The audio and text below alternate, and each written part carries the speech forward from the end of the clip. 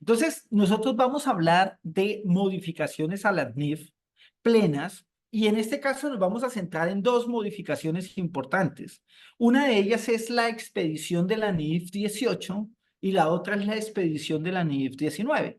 Entonces, vamos a arrancar, voy a presentar en este momento, vamos a empezar con la modificación de la NIF 18. Ustedes me dicen si están viendo la presentación en este momento. Y la Sí, se idea es que logra hagamos evidenciar. algo muy sencillo, que empecemos a hablar y ustedes pueden, cuando quieran, si se puede, como somos, digamos que no hay mucha gente, pues entonces podemos más bien, quien quiera puede habilitar su micrófono o puede levantar la mano y miramos cómo respondemos algunas preguntas, ¿les parece?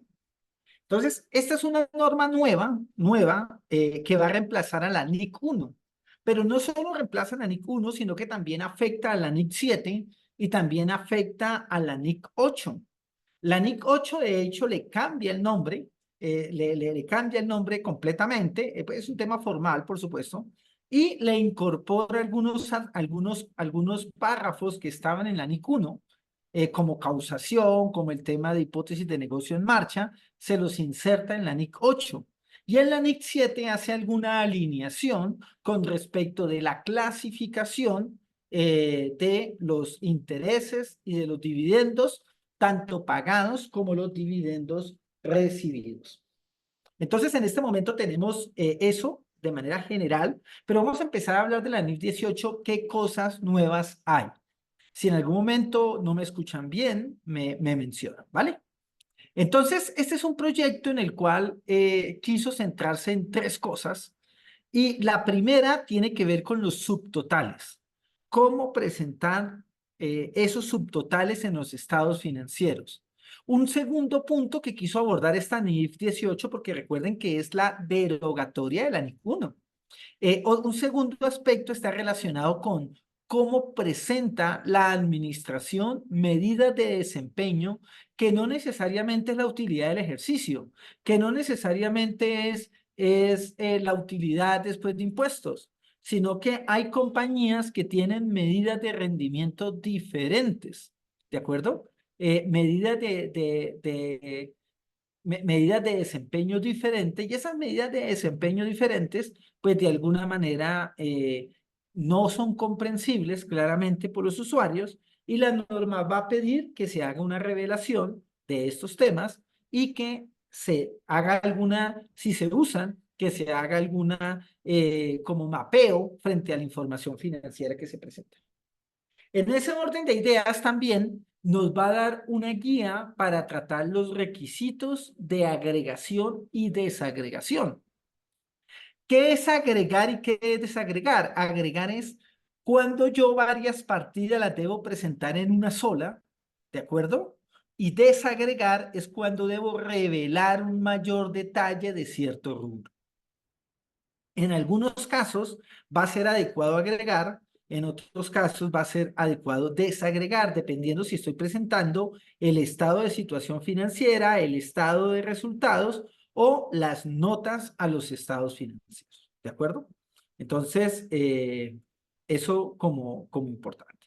Vamos a empezar entonces a hablar de algunos temas, de algunas situaciones, para que asimismo miremos cuál va a ser el resultado de esto. Empecemos con las categorías. Categorías que se proponen, en este caso, en el estado de resultados. ¿De acuerdo? La primera categoría es que, o la primer cambio que hay, es que los ingresos y gastos en el estado de resultados se van a clasificar de la siguiente manera. Va a haber un rubro que se llame operación, otro rubro que se llame inversión, otro rubro que se llama financiación, luego va a venir el impuesto a las ganancias y luego vendrán las operaciones discontinuadas que están en la NIF 5. Miren, si ustedes observan este estado de resultados, muchos dirán, pero venga, ¿estamos hablando del estado de resultados o estamos hablando del estado de flujos de efectivo? Y el tema es que sí estamos hablando del estado de resultados, solamente que su nueva clasificación va a ser operación, inversión, financiación, impuesto a las ganancias y operaciones discontinuadas. Entonces, ese temita es bien importante que lo tengamos en cuenta. Ahora, esta clasificación no es para todos la misma. Una cosa es una entidad financiera, otra cosa es una entidad que no es financiera. Una cosa es una entidad que se dedica a la explotación de inmuebles bajo arrendamiento, es decir, que tiene propiedades de inversión, y otra una entidad que no. Es decir, pueden haber diferencias y esto pues tendrá que estructurarse de acuerdo a cada compañía en actividades, como les dijimos, operación, inversión, financiación, impuestos a las ganancias y operaciones discontinuadas. En la NIC 1 nos va a decir qué va en operación, qué va en inversión y qué va en financiación. Y si bien es cierto, esto está alineado con la NIC 7, la alineación no es perfecta. Entonces, por supuesto, hay que analizar los rubros para saber cómo se van a presentar. ¿De acuerdo? Eso en cuanto a la clasificación, en la estructura como lo vamos a ver. Pero también en la presentación vamos a ver que habrá unos subtotales, entre ellos la norma considera que es importante presentar una ganancia o pérdida operativa, un resultado antes de financiación e impuesto de renta, y por supuesto la ganancia o pérdida del periodo. Miren que estamos hablando de una ganancia o pérdida operativa y ya vemos que estamos en las actividades de operación. Luego, después de las actividades de operación e inversión, va a haber otro subtotal que es el resultado antes de financiación o impuesto a las ganancias. Luego vendrá la financiación, el impuesto de renta y recuerden, si hay operaciones discontinuas, pues estará. ¿Listo? Por supuesto, en entidades financieras, algunas cosas podrán cambiar y podrán ser diferentes. ¿Listo? Muy bien. Aquí tenemos un primer ejemplo de este tema, donde estamos mostrando valga la redundancia, un ejemplo de cómo presentar un estado de resultados. Miremos cómo está ese estado de resultados y miremos cómo vamos a ver los tres digamos, secciones del estado de resultados que va a ser operación, inversión y financiación. Y observamos cómo en operación vamos a tener los ingresos, los costos de los productos vendidos y los servicios prestados, vamos a tener una ganancia bruta, vamos a tener otros ingresos, vamos a tener los gastos de venta, los gastos de investigación y desarrollo, los gastos generales y gastos administrativos, y otros gastos de explotación. Entonces vemos cómo en ese primer rubro vamos a estar hablando de actividades de operación y las actividades de operación van a tener estos rubros que vemos ahí. Por supuesto usted dirá, pero venga, esto es lo mismo que se presentaba antes y la respuesta es que no. Nótese que ahora la norma, digamos, antes ella no exigía que se presentaran subtotales, ahora sí está exigiendo que se presenten subtotales. No obstante, en muchos países de Latinoamérica, como en el caso de Colombia, nosotros ya presentábamos subtotales, estos subtotales en el estado de resultados.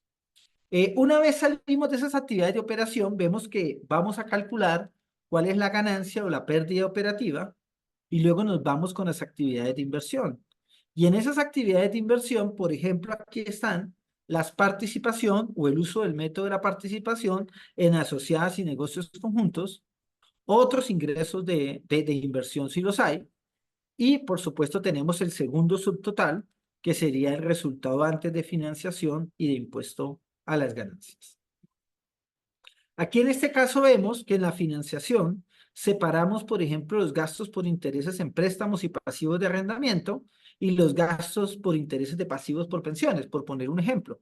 Es decir, aquí va a ir todos los gastos financieros en ese rubro, luego va la ganancia antes de impuestos, el impuesto sobre la renta y ahí sí estará la ganancia o pérdida del año. Esto es un ejemplo ilustrativo, lo dice la NIF 18, no es un ejemplo eh, puntual, no es una regla, es un ejemplo ilustrativo donde lo que se va a mostrar es cómo se realiza esa clasificación. Ahora, es importante que ustedes, si pueden en el chat escribir, ¿cómo les parece esa clasificación? ¿Creen ustedes que esa clasificación es adecuada o creen que no es adecuada? ¿Ustedes qué opinan? ¿Cómo la ven? Si quieren, escríbanme por el chat cuando puedan. ¿Creen que les gusta? ¿No les gusta? Escriban un poco para conocer cuáles son esas, como esa sugerencia, o cómo ve usted esta nueva presentación de la NIF 18. No sé quién me puede escribir algo ahí por el chat para ver qué piensan ustedes. Vayan pensando, ¿será que eso va a agregar complejidad? ¿Será que esto va a ser una mejor presentación? Ya había concluido a través de toda su retroalimentación de la NIF 18 que esta presentación va en línea con los intereses de los usuarios de los estados financieros. Entonces, seguramente ahí vamos a tener un temita bien interesante relacionado con eso. Ahora, pasando a este tema, vamos a hablar entonces de qué vamos a hacer con las diferencias en cambio. Mire que aquí vamos a tocar solo algunas cosas. Entre estas, vimos la presentación del estado de resultados. El estado de situación financiera, pues no va a tener muchos cambios, no va a presentar muchas diferencias. Por eso no las colocamos aquí. Aquí nos estamos centrando es en las diferencias. Una de las cosas que es importante que trae la norma y tiene que ver con la presentación de la diferencia en cambio. En mi país, por ejemplo, para algunas personas es útil presentar la diferencia en cambio separada entre ingreso y gasto.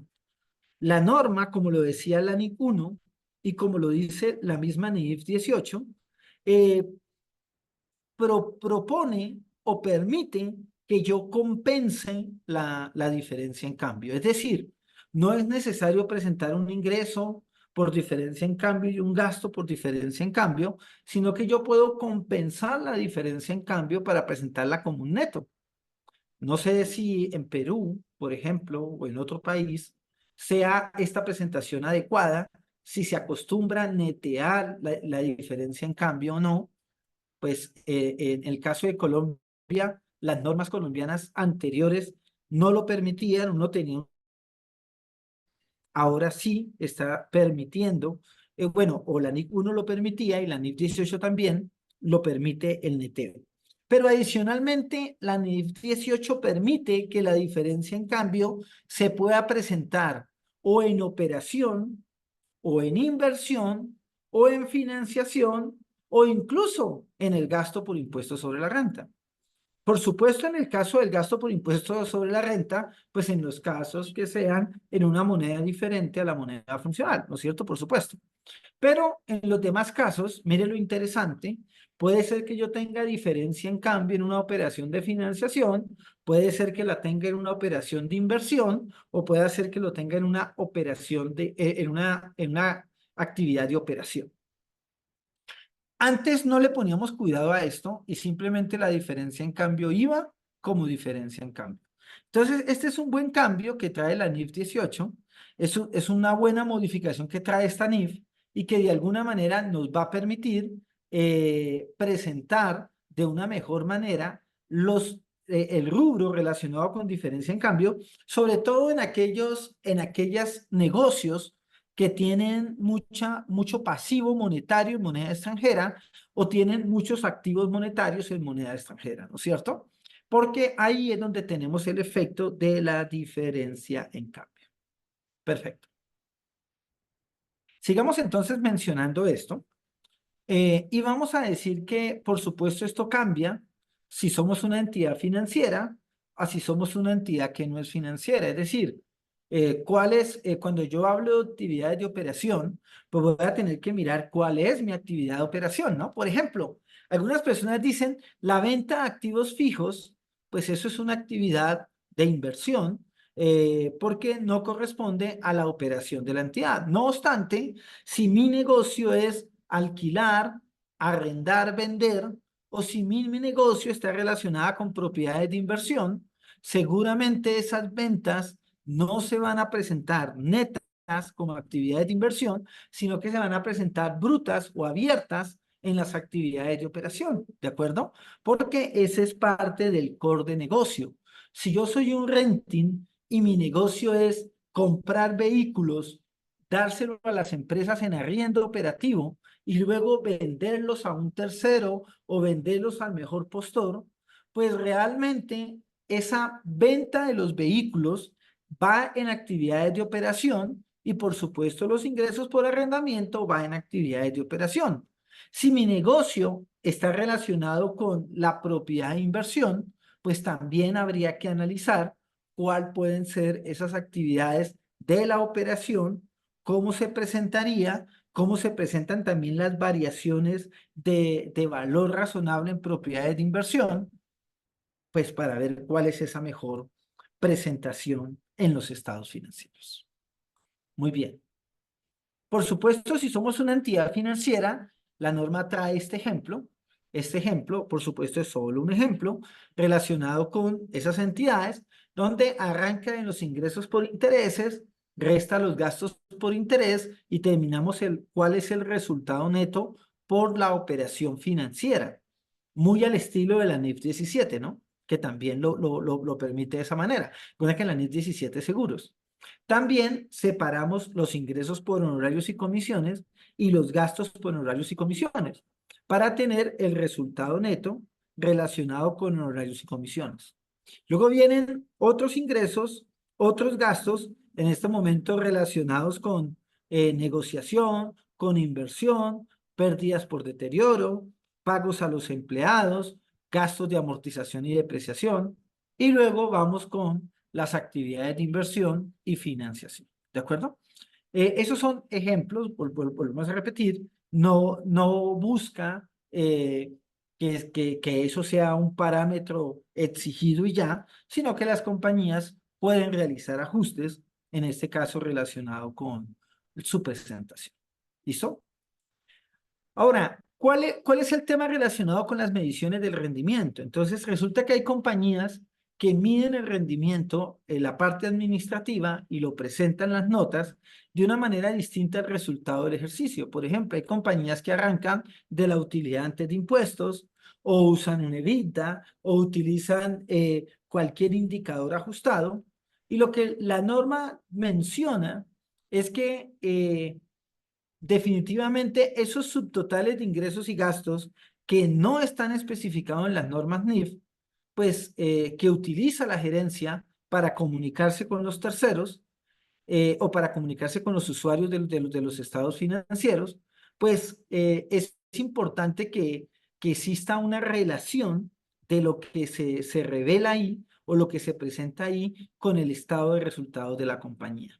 ¿Por qué? Porque es que a veces las empresas dicen, tuve una pérdida de tanto o tuve una utilidad de tanto, pero nuestra medida de desempeño no sé, el EBITDA, o nuestra medida de desempeño es la utilidad operacional menos tales cosas. Entonces, todos esos temas, pues hay que entenderlos, hay que saberlos presentar en los estados financieros, saberlos revelar y dejar claridad de que no es una medida NIF, de que es una conciliación que se hace de la información financiera y en ese caso, en algunas situaciones, habrá que revelar unos requisitos o habrá que revelar unas cosas específicas que nos va a pedir la NIF 18 en ese aspecto. Por supuesto, gran parte de las compañías no tienen unas medidas de rendimiento de la gerencia separadas a la que mencionan las NIF, y seguramente vamos a tener mucha igualdad sobre ese aspecto. Muy bien.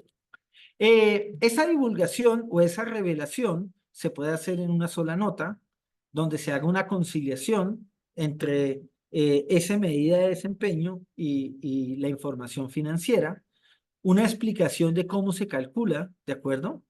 Una declaración tácita o expresa, más bien, no tácita, sino expresa, de que esa medida de desempeño o esa medida de rendimiento, más bien, es una medida de la visión de la gerencia y eso hace que no sea comparable con otras entidades. Entonces, porque cada entidad puede tener una forma de calcular, una metodología de cálculo, y esto no quiere decir que sea comparable con otras, ¿vale? Muy bien. En temas de revelación, hay algunas preocupaciones de los inversionistas y es que varios inversionistas le han dicho a Yasby, mire, hay un problema y es que muchas veces la información que se revela es demasiado, pero no es importante. Es decir, algunas empresas revelan mucho, pero a pesar de que revelan mucho, no proporcionan suficiente información detallada. Simplemente revelan como lo que quieren revelar, pero algunos aspectos importantes que deben ser detallados no lo hacen, no los tienen. Y se quejan también o se preocupan algunos inversionistas de que la información importante esté oculta. No oculta porque la empresa la quiera ocultar, sino está oculta entre tanta información que se revela que puede ser que termina ensombrecida o que se ensombrezca, dice la norma. Es decir, que la información importante se pierda en un sinnúmero de información que no lo es. Por lo tanto, la NIF 18 intenta resolver el tema a través de tres puntos. Intenta la necesidad de agrupar la información, es decir, cómo se presenta la información, da algunas guías y orientaciones de cómo se agrupa información o cómo se desglosa información cuando sea necesario. También da una orientación acerca de qué información debe figurar directamente en el estado financiero principal o cuáles deben estar en las notas, ¿de acuerdo? Y, por supuesto, exige que se hagan revelaciones adicionales sobre algunos rubros que se denominan otros ingresos o que se denominan otros gastos, otros costos, otros activos, otros pasivos, pues cuando obviamente tienen importancia, ¿no es cierto? Muy bien. En estos requerimientos de agregación y desagregación hay unos principios para agregar, unos principios para desagregar que se adicionan en la NIF 18. Requerimientos para partidas, es decir, hay unos requerimientos de qué se debe revelar en el estado de situación financiera, incluyendo la plusvalía cuando hay una combinación de negocios. ¿De acuerdo? ¿Cuáles son, eh, cuándo usar etiquetas que sean significativas para hacer una agregación de partidas y cuándo no? Y hay unos requerimientos específicos como revelar unos gastos específicos de acuerdo a la naturaleza, como puede ser la depreciación, como puede ser el gasto de los trabajadores, ¿de acuerdo? Y también permite una presentación mixta donde yo presente unos gastos operativos por naturaleza o los presente por función, ¿de acuerdo? Entonces, ahí en los gastos operativos me va a presentar, me va a permitir hacerlo de una manera mixta. Muy bien.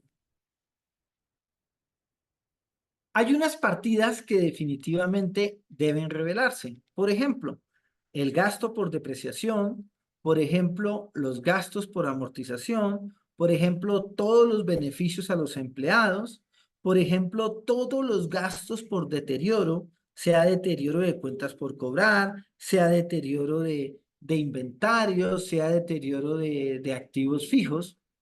Y también otro rubro que es importante revelar siempre es cualquier pérdida por deterioro del inventario. Es decir, cuando yo mido el inventario por el menor entre el costo y el valor neto de realización. ¿De acuerdo? Entonces, esos son temas que se deben revelar de acuerdo con la NIF 18.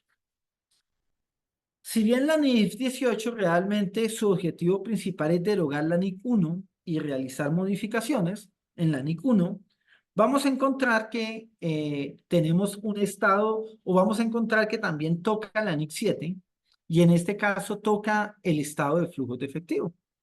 En este caso, el estado de flujos de efectivo va a dar algunas indicaciones, porque antes no estaban tan claras esas indicaciones, ahora sí modifica la NIC 7 para incluir estas modificaciones, donde lo que hace es mencionar, en el caso de los intereses recibidos o los intereses cobrados, va a decir que en una entidad sin actividades principales específicas, esto podría ser una actividad de inversión, ¿de acuerdo? Que los intereses pagados pueden ser una actividad de financiación. que en los dividendos recibidos o cobrados hace parte de las actividades de inversión y que los dividendos pagados son actividades de financiación. Esto es importante porque antes la NIC 7 no daba claridad al respecto. Decía que se podía, mencionaba varias cosas, pero no especificaba claramente dónde se presentó. ¿De acuerdo? Entonces, en ese orden de ideas, vamos a ver que aquí sí se hace la clasificación entre actividades de inversión y entre actividades de financiación. ¿Qué va en actividades de inversión? ¿Qué va en actividades de financiación? Para, en este caso, actividades o entidades sin actividades principales específicas, ¿vale? Muy bien. ¿Cuándo entra esta norma? Bueno, pues esta norma se publicó en el 2024. Va a haber un periodo de transición donde las empresas van a tener que empezar a leerla, empezar de alguna manera a mirar cuál es el impacto y vamos a mirar que esta norma empieza en vigor el 1 de enero del 2027. Es decir, el 1 de enero del 2027 va a empezar esta norma en vigencia y seguramente el primer estado financiero que se emita de acuerdo con la NIF 18 va a ser el del 31 de diciembre del 2027. ¿Listo? De manera general, hasta ahora lo que hemos visto es simple y llanamente unos temas relacionados con la NIF 18. Ahora aquí en esta parte, si me lo permiten, me gustaría mirar si hay alguna pregunta, alguna duda, algún comentario que quieran hacer frente a lo que especifica la NIF 18 o frente a esta breve explicación de lo que vimos de la NIF 18 antes de tocar la NIF 19, que es otra norma que también fue modificada o que tuvo o que es nueva. ¿De acuerdo? No sé, estimado, si hay alguna pregunta, alguien quiere hacer algún comentario, si lo desean, pues estoy presto a eso antes de empezar a hablar de la NIF 19, ¿vale?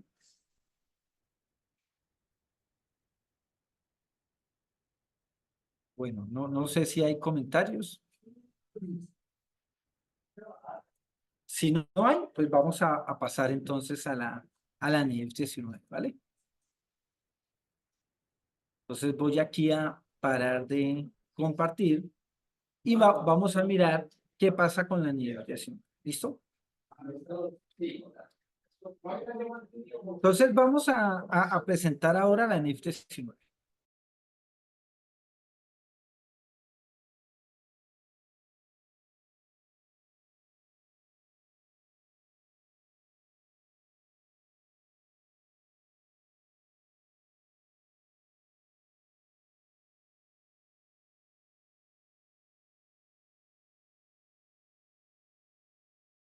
¿Me comenta si están viendo la diapositiva en este momento?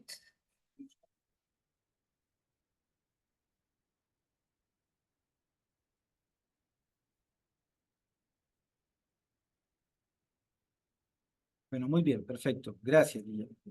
Entonces, esta es otra norma nueva que se ha emitido y esta norma nueva que se ha emitido se llama la NIF 19 y se llama subsidiaria sin responsabilidad pública. Esta es una norma de pura y llana simplificación que lo que busca es que, o esto sale de muchas discusiones, porque muchas empresas aplican normas de información financiera en diversos países, pero se vuelve muy complicado que apliquen todos los criterios de revelación que están en las NIF. Entonces, algunas de ellas le han pedido a YASB que en esas entidades donde ellas tienen inversión, que son subsidiarias, que no presentan estados financieros porque no están en bolsa, pues les han pedido que hagan unas reducciones frente a los temas de revelaciones. Entonces, esa es la razón por la cual se emite la NIF 19, que es una norma de simplificación en los criterios de revelación. Por lo menos en el caso de Colombia, para que ustedes lo observen, nosotros tenemos clasificaciones entre micro, pequeñas, medianas y grandes empresas. Y en el caso colombiano, van ustedes a encontrar que las microempresas pues van a ser una parte muy importante de las compañías. De hecho, de 620.000 compañías, van a encontrar ustedes que solamente 7.000 compañías son grandes. Es decir, un poquito más del 10% de las compañías en Colombia pasan a ser grandes y el resto son compañías medianas, pequeñas y en su gran mayoría, más del 50%, eh, por ahí como un 70%, 70 y algo por ciento, vienen, o un 80% más bien, vienen siendo microempresas. Bueno, realmente en esta norma, una de las cosas que se especifica es que ella está pensada para estados financieros de propósito general. Entonces, al hacer esos estados financieros de propósito general, que van auditados normalmente, pues requieren o han solicitado que tengan menos criterios de revelación. De tal manera que la misma IFRS o la misma IASB se ha dado cuenta que muchas microcompañías o microempresas presentan requerimientos legales, que algunas compañías que ya tienen una responsabilidad de entregar cuentas aplican o las NIF para pymes o las NIF plenas, y que por supuesto las compañías públicas pues casi en todos lados van a aplicar las NIF plenas. Entonces, YASB, respondiendo a ese criterio de simplificación, emite la NIF 19 y su propósito es entonces emitir reglas para revelación por parte de subsidiarias que, si bien aplican NIF, van a tener criterios más reducidos de revelación. ¿Por qué razón? Porque hay una entidad que las consolida y que ella sí cumple con todos los criterios de revelación que habla la norma. El objetivo de este proceso es reducir costos, con el objetivo de que los estados, de que las empresas se enfoquen en la aplicación de la contabilidad de las subsidiarias, pero que no se enreden con tanta revelación. Se supone que este estándar aplica a partir de enero del 2027, pero cualquier entidad puede aplicarlo de manera anticipada. Como es un criterio simplificación, es bastante probable que se aplique de manera anticipada por muchas compañías. Ahora, si usted es una subsidiaria que tiene acciones en bolsa, si usted es una subsidiaria que tiene bonos que están en el mercado público, pues ya tiene que presentar las NIF completas y no puede aplicar la NIF 19. Es decir, esto no aplica para todas las subsidiarias, sino que aplica para aquellas subsidiarias que no emiten bonos, que no emiten acciones, que no emiten títulos que se negocian en un mercado público. ¿De acuerdo? Eso es importante que lo consideremos.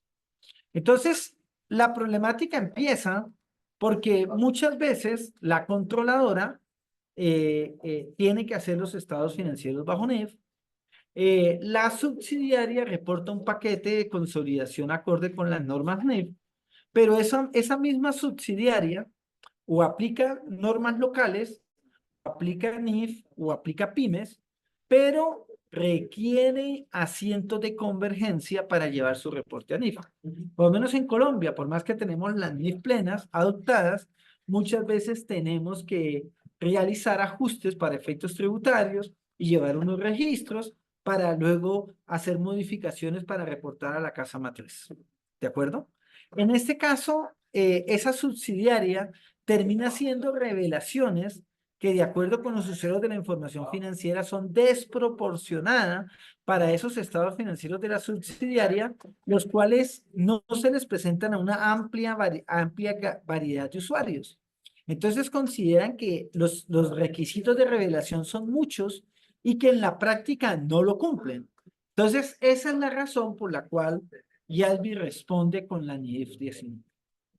¿Quiénes pueden aplicar la NIF 19? Pueden aplicar la NIF 19 si usted es una subsidiaria, si no tiene responsabilidad pública y si su matriz última o cualquier matriz intermedia produce estados financieros consolidados disponibles para uso público que cumplen con las normas de contabilidad NIF. ¿De acuerdo? Entonces, aquí no hay una obligación, de aplicar la NIF 19, sino que es una norma de simplificación. Quien la quiera usar, la puede usar siempre y cuando pueda hacerlo. ¿De acuerdo? ¿Cuándo se entiende que una subsidiaria tiene responsabilidad pública? Bueno, la norma lo ha dicho en varios lados, pero lo recordamos. Cuando emite instrumentos de deuda o emite instrumentos de capital que se negocian en un mercado público, o cuando está en proceso de emitir dichos instrumentos para negociarse en un mercado público. O también cuando recibe dinero de los terceros y actúa en calidad de fiduciario para un amplio grupo de personas. Ejemplos de eso son los bancos, las cooperativas de crédito, las compañías de seguros, los corredores o los comerciantes de valores, los fondos mutuos y los bancos de inversión. Esos son ejemplos de entidades que tienen responsabilidad pública. Este es un escenario de las compañías que pueden aplicar la NIF 19. El escenario 1 es una controladora que prepara estados financieros consolidados de acuerdo con la NIF. Tiene una subsidiaria que tiene una contabilidad no pública. En ese caso, esa subsidiaria puede aplicar la NIF 19 para reducir sus requisitos de revelación. Este es un segundo escenario. La controladora prepara estados financieros consolidados acorde a local GAAP. En este caso, también puede haber una subsidiaria con contabilidad que no sea pública, la cual también puede aplicar la NIF 19. Este es un tercer escenario donde tenemos la última controladora que no prepara estados financieros, pero hay una controladora intermedia que sí lo hace y yo soy una subsidiaria con contabilidad que no se considera pública. Por lo tanto, en este caso, también se aplicará la NIF 19. Yasby quiso hacer este ejemplo y dijo, mire, si pusiéramos qué requisitos de revelación se reducen, los tenemos aquí. Para efecto de la NIF 12, que es aquella relacionada con criterios de revelación de inversiones en asociadas, negocios conjuntos y subsidiarias, los requisitos de revelación se reducen en un 70%. Si hablamos de la norma de ingresos, que es la NIF 15, se reducen en un 52%. Si hablamos de la norma de impuesto a las ganancias, se reduce en un 53%. Y si hablamos de la norma de propiedad, planta y equipo, se reducen en un 64%. ¿Y qué? Pues aquí lo que está buscando es que el estado financiero de la subsidiaria se enfoque en lo que es relevante para los usuarios. Simplifica el proceso de reporte. Elimina dualidades de políticas en los grupos. La idea es eliminar asientos extracontables de convergencia NIF. Reducir la cantidad de hoja de los informes. Y por supuesto, eliminar revelaciones desproporcionadas con la información que necesitan los usuarios. Un ejemplo, en el caso de inventarios, para reconocimiento, medición y presentación, pues se aplican todos los criterios de la NIC 2, pero en revelación, recuerden que esta es una norma de revelación, no afecta los criterios de medición y presentación ni de reconocimiento, sino que solamente afecta el criterio de revelación. En ese caso, en la norma de inventarios, ya no vamos a mirar qué tenemos que revelar por parte de la NIC 2, sino que nos vamos por la NIC 19 en el acápite de inventarios. Ya vamos a mirar la norma que nos pide que debemos revelar. Es decir, la NIC 19 es una norma de qué van a revelar las subsidiarias que no tienen la obligación pública de rendir cuentas. ¿De acuerdo? Aquí viene otro ejemplo de la NIC 1, en este caso. Por supuesto, en los principios de información a revelar hay tres principios. Uno de ellos es liquidez y solvencia, y es de alguna manera revelar información sobre la capacidad de la entidad para generar flujos de efectivo y continuar como negocio en marcha. También flujos de efectivo, obligaciones y compromisos, es parte del principio. que es información sobre la capacidad de la entidad para cumplir sus pasivos, y la incertidumbre en la medición, que tiene que ver con la información sobre cómo se miden los importes en los estados financieros, incluidos los datos de entrada, ¿de acuerdo? En este caso, para hacer dichos cálculos. ¿Listo? Aquí es importante que, como esta es una norma de revelación, pues van a venir unos principios para desagregar los importes y para las políticas contables, ¿de acuerdo? Entonces, son criterios de revelación, como les decía, muchos más simplificados, lo que trae la NIF 19. Es decir, de manera general, aquí estuvimos hablando básicamente de dos normas, de un paquete de dos normas, la NIF 18 que reemplaza a la NIF 1 y la NIF 19 que tiene unos criterios de simplificación.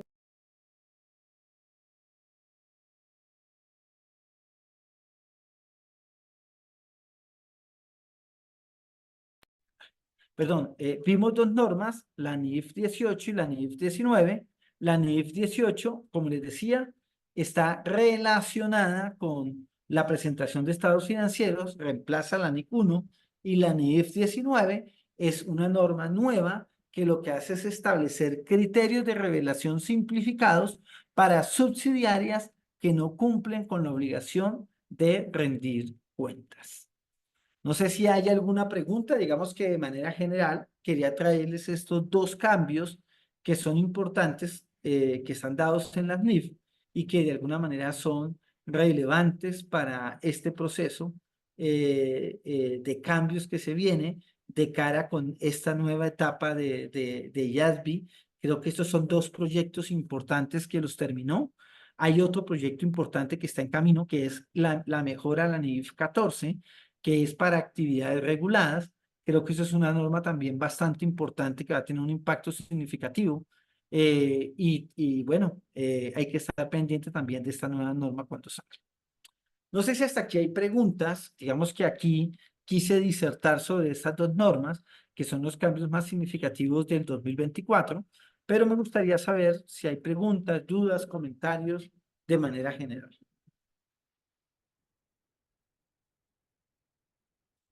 Juan José nos dice que desde cuándo ingresa la obligación de la NIF 19. La NIF 19 empieza en el 2027, en enero 1 del 2027, pero se puede aplicar anticipadamente. Es decir, como es una norma de simplificación, seguramente muchos la aplicaremos de manera simplificada para los estados financieros presentados. Muy bien. Entonces, no sé si hay otra pregunta o no. Bueno, de todas maneras, eh, yo creería, estimados, que de manera general, sí, la NIF también empieza el 1 de enero del 2017. Así es. Obviamente esa sí tiene más requisitos, seguramente la gente la aplicará en esa fecha. Pero bueno, de manera general, pues esto fueron dos visiones. Los invito a que lean, por supuesto, la NIF 18 y la NIF 19 para que puedan ahondar más en el conocimiento de estas normas. ¿Listos? Pues muchas gracias de verdad a ustedes y pues nos veremos en otra ocasión cuando lo consideren. Juan José me pregunta, ¿cuál es la diferencia entre la NIF 1 y la NIF 18? Pues básicamente me enfoqué en las diferencias, Juan. Me parece importante el tema de presentar el estado de resultados en actividades de operación, inversión y financiación. A mi juicio, ese me parece un cambio importante, me parece un cambio interesante y me parece casi que de los cambios más importantes que trae la NIF 18 frente a la NIF 1. ¿De acuerdo? Es lo que yo creo. Ujú. Bueno, muchísimas gracias entonces a ustedes, ¿vale? Y nos vemos entonces pues en una próxima ocasión. ¿Listo? Mil gracias.